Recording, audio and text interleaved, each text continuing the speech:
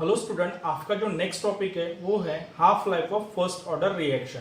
Okay, इसके पहले भी मैंने आपको ये जो फर्स्ट ऑर्डर का इंटीग्रेटेड रेट लॉ का इक्वेशन ये पहले ही मैंने आपको बताया। क्या इक्वेशन मिलता है integrated rate law for first order reaction, तो देख लेते हैं कि इक्वल्स टू क्या मिलता है आपको 2.303 upon T log to the base 10 into initial concentration of reactant A upon final concentration of reactant A after time interval. तो ये इक्वेशन अपने को किसके लिए मिलता है? That is the integrated rate law for first order reaction. मतलब अपनी रिएक्शन क्या रहती है, ए का कन्वर्जन मतलब रिएक्टेंट का कन्वर्जन किस में हो जाता है? प्रोडक्ट में हो जाता है। यहां तक क्लियर है? देन अभी आपका जो फर्स्ट ऑर्डर है उसका जो टाइम पीरियड उसको क्या करना है, अपने को हाफ करना है। मतलब अपने को क्या इक्वेशन मिलेगा या फिर क्या डेफिनेशन मिलेगी? Half life of the first order reaction की डेफिनेशन मिलेगी। क्या डेफिनेशन है? The half-life of reaction is time required for the reactant concentration to fall half of its initial value। मतलब जो कुछ भी रिएक्टेंट का कॉन्सेंट्रेशन रहेगा आफ्टर टाइम ऑफ इंटरवल में वो क्या हो जाएगा? हाफ हो जाएगा फॉर इट्स इनिशियल कॉन्सेंट्रेशन। मतलब यहाँ पे आप देख सकते हो है ना 80, ये क्या है? Concentration of reactant A after time interval it get converted into half of its initial value. मतलब आपका जो 80 है, 80 का कन्वर्शन किस में हो जाएगा?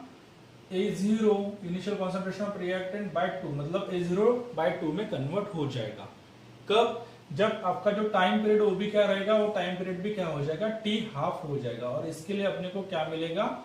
इक्वेशन मिलेगा। और उस इक्वेशन को अपन क्या कहते हैं? Half life of first order reaction का इक्वेशन कहते हैं। ठीक है, तो ये जो वैल्यू है इस इक्वेशन में क्या करेंगे? अपन पुट करेंगे। ठीक है, तो put this value in equation number 1, we are getting K as it is equals to 2.303 upon T. T का क्या हो जाएगा? टी हाफ हो जाएगा into log to the base 10 into initial concentration as it is of reactant A, लेकिन final concentration क्या हो जाएगा? 80 की वैल्यू क्या हो जाएगी? A0 बाय 2 हो जाएगी। ठीक है, यहां तक क्लियर है? फिर A0 गेट कैंसर और क्या मिलेगा? log 2 मिलेगा। तो K इज इक्वल टू 2.303, यहाँ पे T हाफ हो जाएगा log to the base 10 as it is, और यहाँ पे क्या मिलेगा आपको? 2 मिलेगा। log 2 की वैल्यू 0.3020। यदि K इज इक्वल टू अपने को वो वैल्यू मिल जाती है 2.303 इंटू 0.3020 अपॉन क्या रहेगा? T हाफ रहेगा। यदि उसको सॉल्व करते हैं तो अपने को क्या मिलता है? मैथमेटिकल एक्सप्रेशन मिलता है। कौन सा एक्सप्रेशन मिलता है अपने को? K is equal to 0.693 divided by T half, और इसको रीअरेंज कर दिया मतलब T half is equal to क्या हो जाएगा?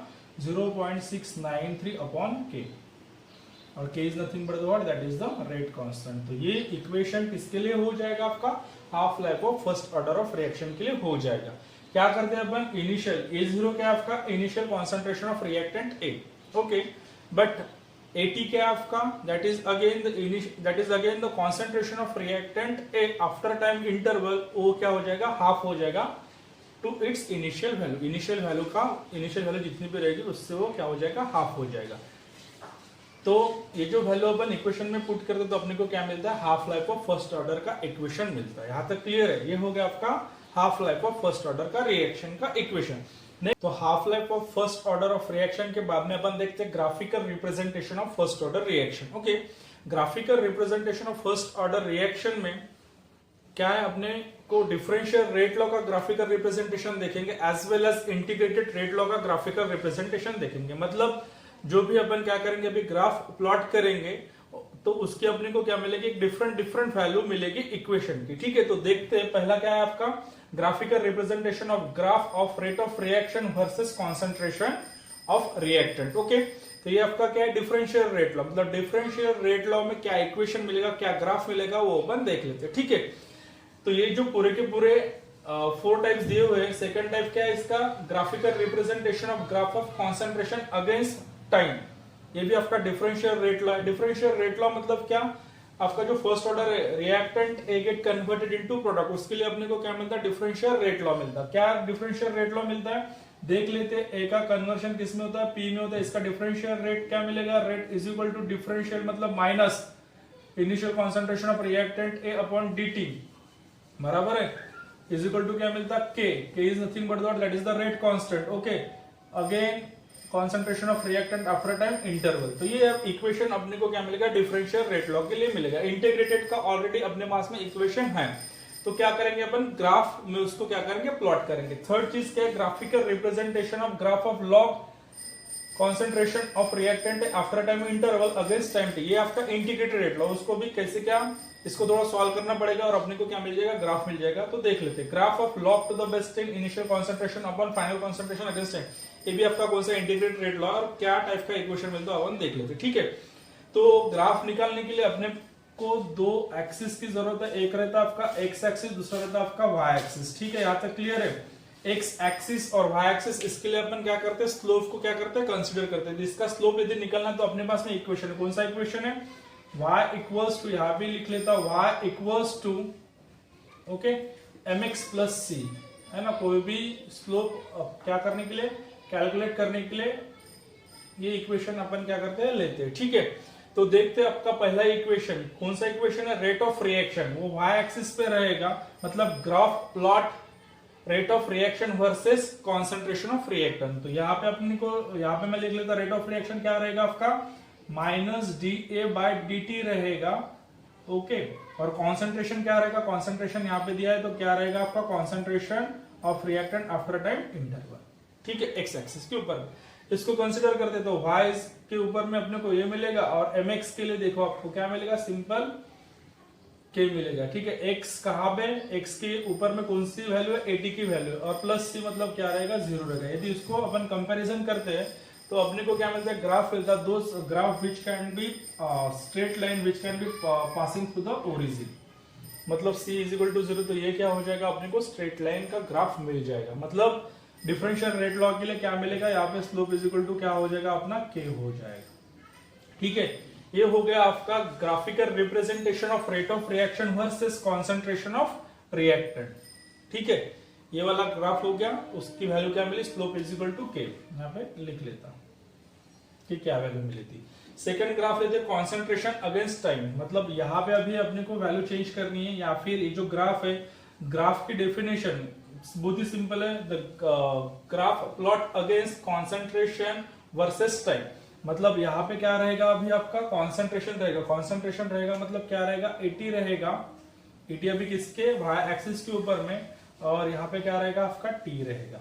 ठीक है, इसके लिए डिफरेंशियल रेट लॉ के लिए देखो अपन जब इंटीग्रेटेड करते तो अपने को एक इक्वेशन मिलता, कौन सा इक्वेशन मिलता, ये इक्वेशन में यहाँ पे लिख लेता, मतलब वो समझने में अपने को इजी जाएगा। ठीक है, तो क्या इक्वेशन मिलता है, initial concentration of reactant at time interval 80 is equal to A0, that is the initial concentration, okay, into exponential. Okay, exponential क्या मिलता है अपने को, माइनस KT।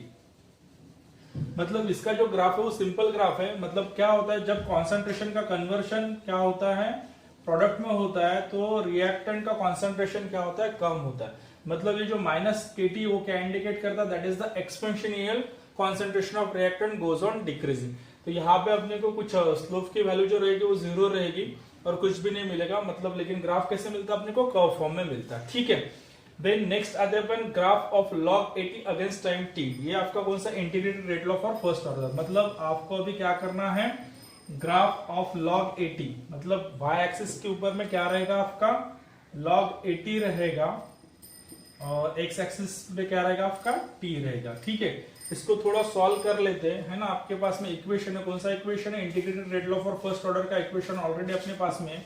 क्या इक्वेशन है, k is equal to 2.303 upon t log to the base 10 into initial concentration of reactant upon final concentration of reactant t after time interval।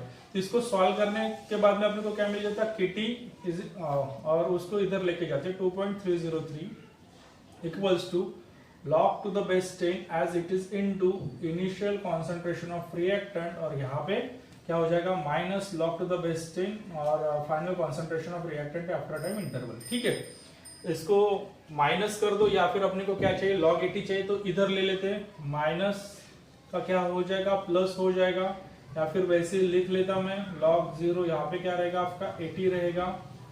यहाँ पे आप देख सकते हो, यहाँ पे माइनस हो जाएगा, माइनस क्या हो जाएगा, KT अपॉन 2.303 हो जाएगा, और यहाँ पे plus log to the base, हाँ ठीक है, यहाँ पे भी हाँ देख लेते हैं, यहाँ पे plus log to the base 10 और ये क्या हो जाएगा आपका a0 हो जाएगा। ठीक है, मतलब log 0 ये माइनस उधर हो जाएगा, यहाँ पे माइनस को साइन दे दीजिए, फिर यहाँ पे माइनस और इधर ले लिया तो क्या हो जाएगा log टू द 0 और ये हो जाएगा आपका माइनस kt। तो ये इक्वेशन अपने को मिल जाएगा यदि इसको क्या करते हैं अपन रीअरेंज करते हैं तो। ओके, तो रीअरेंजिंग में आप देख सकते हो y एक्सिस पे कौन सा आपका log 80 तो उसको y कंसीडर करते हैं।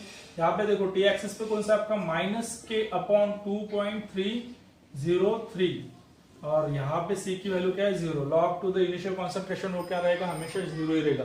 मतलब यहाँ पे जो अपने को क्या मिलेगा, स्लोप मिलेगा, that slope which can be goes from the straight line to the origin of c। मतलब यहाँ पे ओरिजिन से वो जो आपका स्लोप जाएगा ये ऐसे स्ट्रेट लाइन में जाएगा। ठीक है, y इंटरसेप्ट एक्सिस है तो कैसे मिलेगा अपने को, ऐसे मिलेगा। और इसका क्या निकालते हैं अपन, स्लोप निकालते हैं। तो स्लोप की वैल्यू क्या मिलेगी अपने को, log 80 की वैल्यू क्या मिली थी, माइनस k अपॉन 2.303 है ना। तो ये इसका क्या हो जाएगा, स्लोप हो जाएगा। क्या वैल्यू मिलेगी अपने को, that is the graphical representation of what, log 80 against time. तो ये हो जाएगा आपका, और k की वैल्यू निकालनी तो स्लोप इंटू क्या हो जाएगा 2 इंटू 303 है ना, बहुत ही सिंपल है। तो ये हो गया थर्ड। लास्ट है आपका graph of log to the base 10 initial concentration upon final concentration. तो इसका भी अपन क्या निकालेंगे, उसको सॉल्व कर देंगे और अपने को फिर से एक वैल्यू मिलेगी और उसको कंसिडर कर देंगे। ठीक है, फिर से ये जो y इंटरसेप्ट में वो क्या हो जाती है, ओरिजिन जाती है, फिर से इसका कॉन्सेंट्रेशन क्या हो जाता है, डिक्रीज हो जाता है। ठीक है, नेक्स्ट है, नेक्स्ट वाला मतलब फोर्थ वाला है ग्राफ ऑफ log, मतलब इसका अपने को भी ग्राफ निकालना है। तो क्या हो जाएगा, log to the base 10 as it is initial concentration upon क्या रहेगा 80 रहेगा, वो उधर चला गया तो कुछ नहीं, यहाँ पे अपने को क्या मिलेगा kt मिलेगा अपॉन 2.303, फिर से यहाँ पे क्या आएगा 0। इसको क्या कर दो y, इसको क्या कर दो mx और इसको क्या कर दो c। तो यहाँ पे अपने को अगेन ये जो c की वैल्यू क्या है 0, तो वो कहाँ से जाएगा, ओरिजिन से जाएगा। तो ओरिजिन से जाएगा तो अपने को इसको कंसिडर कर लिया तो अपने को क्या मिलेगा, स्ट्रेट लाइन मिलेगी। यहाँ पे आपको समझ में आया होगा। और again this straight line goes through on this origin and whatever may be the slope of this graph is slope is equal to k upon 2.303। मतलब बहुत ही सिंपल है। यदि log इसका यदि स्लोप निकालना तो उसकी वैल्यू क्या रहती है, पॉजिटिव रहती है। क्या मिलती है अपने को, स्लोप की value, slope is equal to k upon 2.303। यदि log 80 है तो इसकी वैल्यू क्या मिलती है, slope is equal to minus k upon 2.303। और डिफरेंशियल रेट लॉ की क्या वैल्यू मिलती है, इसके ऊपर में एक्सपोनेंशियल वैल्यू मिलती है। मतलब व्हाटएवर में भी the concentration of reactant goes on decreasing when we that concentration of reactant get converted into product. और यहाँ पे आप देख सकते हो उसकी वैल्यू क्या मिलती है, slope is equal to k। तो ये हो गया graphical representation for a first order of reaction. Okay, thank you.